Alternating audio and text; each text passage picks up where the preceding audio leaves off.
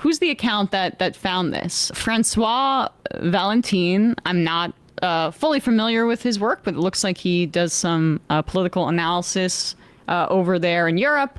And he did this chart showing that in Britain's House of Commons, it appears like their staff or whatever, they are using AI to such a level that these phrases keep getting repeated over and over again. So this is AI speak in the UK. Yeah, this is a graph of different phrases and how often it's used. And you can tell that there's a major inflection point as AI becomes adopted with, and I'll just read some of them. I rise today is one of them. I rise to speak is not merely. Navigating is another one. Underscores, streamline. And I like these ones because these are very obvious. Not just a blank, but a blank, and also bustling.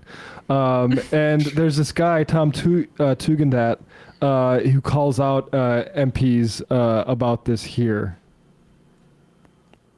I rise to speak, I rise to speak, I rise to speak. ChatGPT knows you're there, but that is an Americanism that we don't use. But still, keep using it, because it makes it clear that this place has become absurd.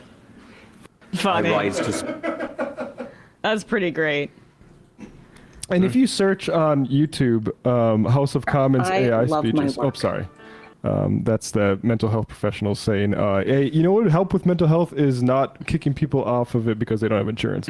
But the House of Commons, like 2 years ago, a guy was proud of it. He's like, this is the first House of Commons speech written by AI. And I don't know if it's worth watching, but it is funny that it's just 2 years that every one of them is clearly doing it.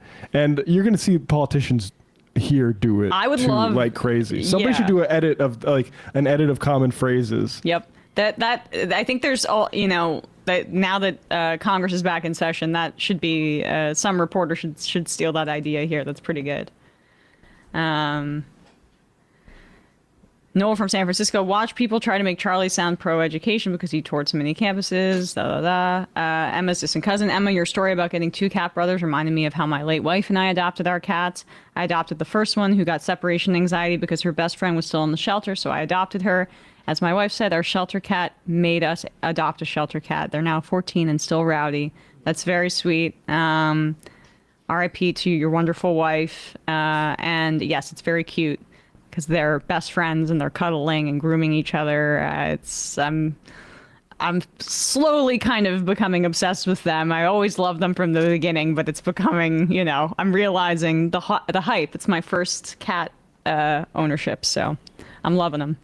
I kind of was a little late this morning, later than I usually am because I was playing with them. So it's tough when they whine at you as you're about to leave the door. I know.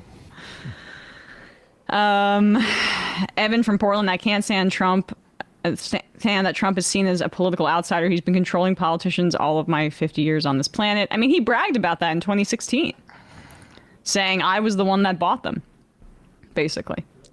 I'm the one that did the buying. So he at least gestured at campaign finance issues more than a lot of Democratic candidates. He's less an outsider and more of like a Napoleon figure. Yeah. Majority enthusiast says he loses a finger when that glitch happens. It's crazy. But again, yeah, I mean, yeah. What does it mean? I think he actually did sit down to record it. I think very plausibly they use AI to make it look like one shot, which is probably pretty stupid because no one's believing that he's doing a one shot take. Yeah. Hey folks, don't forget to hit the subscribe button and check out our daily show. We do it every day at 12 p.m. Eastern for about 2.5 hours. We even take phone calls. You should check that out.